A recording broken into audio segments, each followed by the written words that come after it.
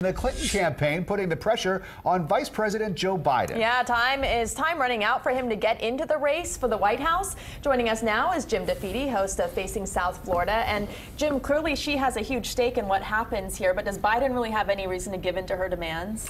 Well, not at this point. I mean, look at the calendar. You know, in 7 days, a week from now, the Benghazi committee will meet and Hillary Clinton will appear before that. He could wait until after that to sort of see how she does there, if she stumbles at all. But look, I talked to a senior person inside the draft Biden campaign with Steve Shale, longtime Florida political guy, and he says the vice president isn't going to be swayed by either the debates or by what happens in Benghazi. He's comfortable enough in his own skin. He's going to make his decision. Is it going to come soon? Yes, it's going to come soon, probably by the end of the month.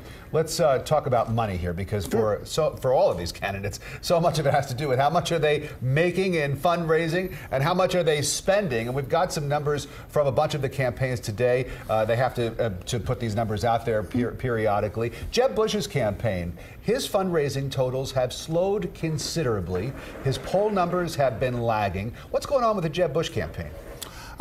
Look, Jeb's poll numbers should be better. He was hoping they would be better. He's spending more money in New Hampshire. They clearly have decided to sort of put more of an emphasis in the New Hampshire area than in Iowa. He reported decent. He reported twice more Marco Rubio raised. He reported about $12 million or so raised in this last quarter. Marco Rubio raised just $6 million. He raised more than Ted Cruz. He did less than Ben Carson. But he's not getting a lot of bang for his buck. Well, we'll see. I mean, he's up in the latest Fox News poll has him up slightly in the polls, but you know, Jeb Bush has enough money in the bank to ride this out for a long time. He concentrated his money raising over the summer. He's going to be able to. He's got the money to go the long term. And there are reports now, Jim, that Donald Trump might skip the next debate.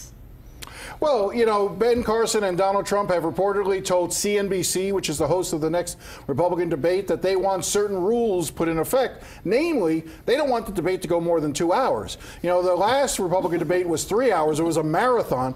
Nobody should be on TV that long unless they're raising money for a disease.